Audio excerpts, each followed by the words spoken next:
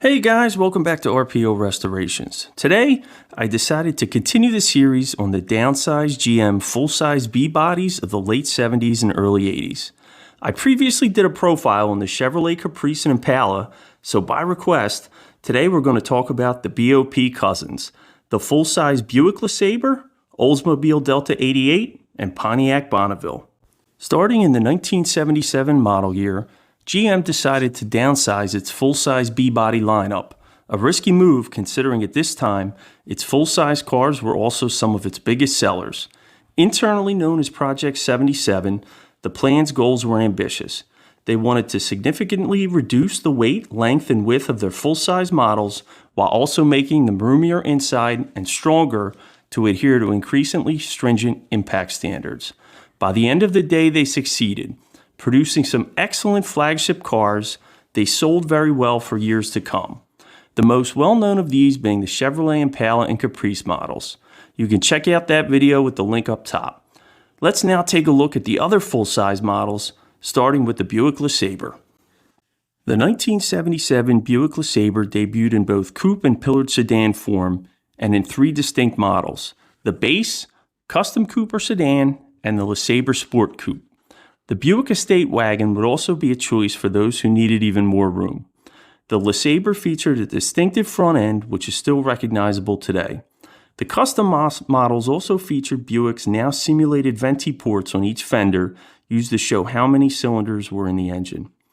Available engines included the 231 cubic inch Buick V6 as the base option. Buyers could also elect for a 301 cubic inch Pontiac V8, a 350 cubic inch Buick or Oldsmobile V8, or a 403 cubic inch Oldsmobile engine. Sport Coupe buyers received the Pontiac 301 standard, and the Estate wagon was offered with a 350 cubic inch V8. In the transmission department, buyers could get whatever they wanted, as long as they wanted a 3-speed turbo-hydromatic 350 or 400, as a manual was never offered in this era of B-bodies. I think this had more to do with CAFE requirements and keeping the car's RPMs consistent for emissions purposes. Interior-wise, Buick did not offer an option for bucket seats. Buyers could opt for either a full bench or what Buick called a notchback seat. This was essentially a bench seat with a fold-down center armrest. These could be ordered as full or 60-40 split. Since we're talking about interiors, I do have to point out the brushed aluminum gauges which Buick started to use at this time. They would also be featured in the mid-size Regals and other cars. They were definitely unique, and whenever I see one, I immediately think of a late 70s Buick. As the model years progressed, these cars would see several major changes, most notably with the engine offerings, as different engines were phased out by GM. An interesting one is that starting in the 1978 model year, Sport Coupe buyers got a carbureted turbocharged 6-cylinder engine rated at 165 horsepower and 285 pound-feet of torque. In 1979, Sport Coupe buyers would finally get the option of ordering bucket seats and a center console as well. The Sport Coupe would continue until the end of the 1980 model year when it was discontinued. Going back to 1979, this would be the final year for the Oldsmobile 403 and Pontiac 301. 1980 would see the venti ports go away, some refinements to the front clip, and some rounding of the sheet metal. It would also see the addition of a relatively obscure engine, the 252 cubic inch Buick V6. This engine would only last 4 years, being discontinued after 1983. 1981 would also see the introduction of the Oldsmobile 307 and 350 diesel to the engine choices, with the 350 cubic inch gas engines gone from the lineup. It would also see the addition of the GM computer command control system and a 4-speed overdrive automatic transmission. After 1981, the car would see minor upgrades to the grille, taillights, and trim, until it was replaced for the 1986 model year by the downsized and front-wheel drive H-body version. Overall, Buick would produce over 1.3 million rear-wheel drive B-body Lesabres during its 9-year run. Not a bad number at all. Now let's take a look at what could be my favorite car on the list, the Oldsmobile Delta 88.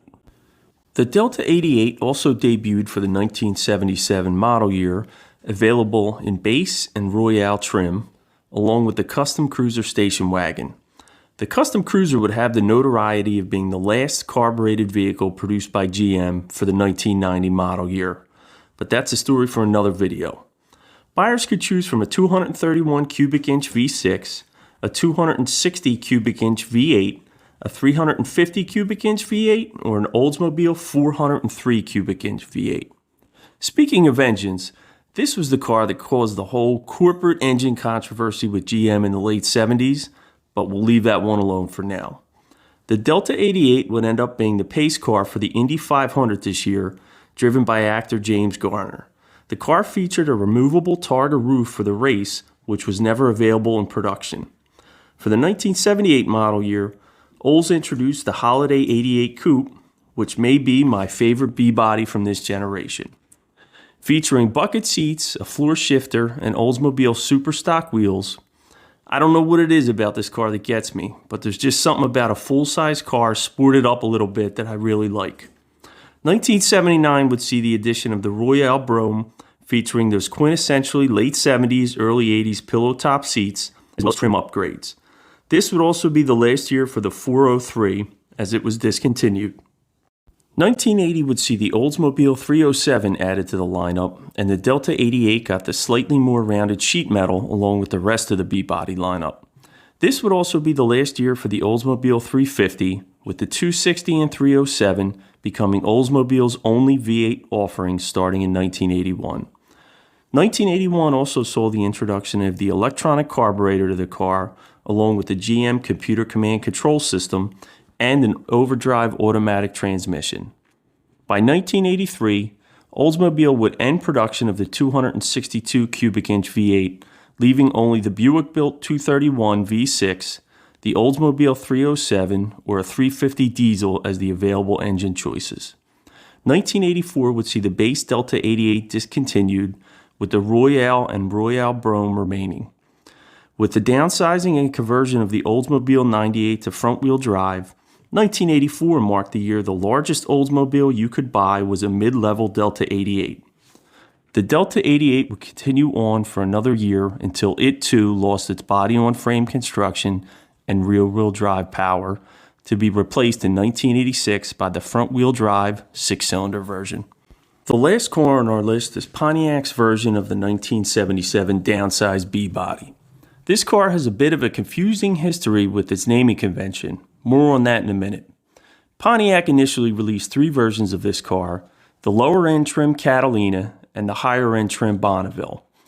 Also joining the platform for Pontiac would be the Safari wagon. Standard would be Pontiac's 301 cubic inch 8-cylinder engine. Also available were 350, 400, or an Oldsmobile 403 engine. While none of these engines were all that powerful by this time, at least they were better offerings than the underpowered Buick 231. All good things must come to an end, however, and by 1980, the Buick 231 found its way into the Bonneville as its standard motor. The 1982 model year would see some changes made to Pontiac and its big car lineup.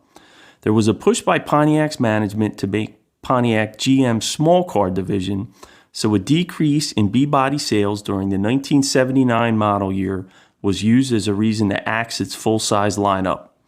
Almost. 1982 brought about an odd shift in Pontiac's naming conventions. The Catalina was discontinued, and the Bonneville name would be moved to the mid-sized, now G-body lineup as a sedan. They would continue to offer a full-size B-body, now imported from Pontiac of Canada, renamed the Parisian. An article I read said that this was done at the behest of Pontiac dealers at the last minute, so they wouldn't lose some of their more traditional customer base.